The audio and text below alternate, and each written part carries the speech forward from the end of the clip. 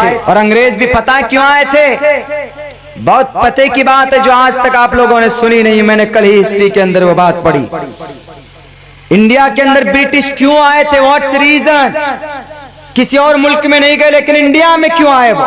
East India company के नाम से सबसे पहली फैक्ट्री कहां लगाई थी? सूरत में। क्यों आए थे वो सूरत? उसकी वजह थी अकबर बादशाह के जमाने में जब हिंदुस्तान का लक़ब पड़ा था सोने की चिड़िया। ये तो पता हो गया आपको, यूट्यूब अगर आपने देखा होगा तो वहां पर हमने बताया। सोने की चिड़िया का लक़ब पड़ा कब? इंडिया का अकबर के जमाने में। अकबर ने कहा अपने दरबारियों से कि गिनो दौलत कितनी हमारे पास।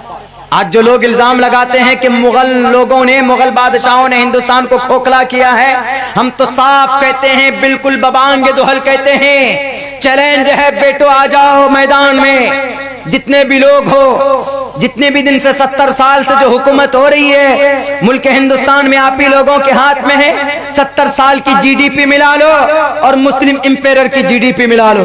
अकबर बादशाह ने कहा कि दौलत गिनो तो कितनी हमारे पास।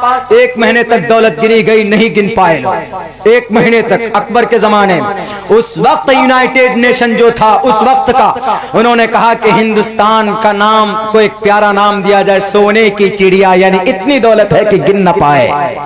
उस वक्त नाम पड़ा था।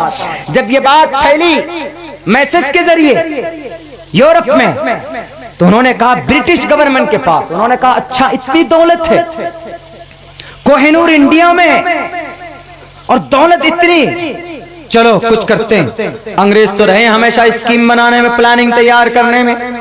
आज जो कुछ लोग प्लानिंग तैयार करते हैं ना उल्टी सीधी, ये वहीं से आता है, दिमाग वहीं का, उधर का ही दिमाग है और यहां हम लोगों को खामखा परेशान करते।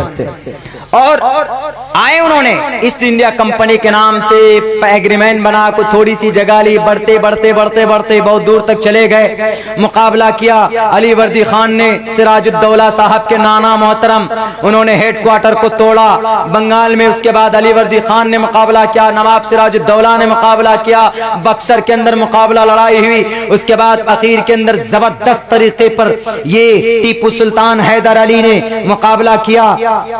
तब हैदर अली सबसे बड़ा कांटा था अंग्रेज के सामने। हैदर अली का सर जब कटकर उनके सामने आया, तब वो उनके लाश पर खड़े होकर के कहा था कि अब हमको हिंदुस्तान पर कब्जा करने से कोई नहीं रोक सकता, कोई नहीं। सबने दस्तखत कर दिया था ब्रिटिश गवर्नमेंट को, आइए हम आपके साथ हैं, आइए हम आपके साथ हैं, वेलकम, खुशामदीद, मरहबा। क्यों आइए? इसलिए कि हमारे बाप दादा कुछ लोग थे, बिकाऊ थे, मुस्लिम भी थे, उनमें मुस्लिम राजा भी थे।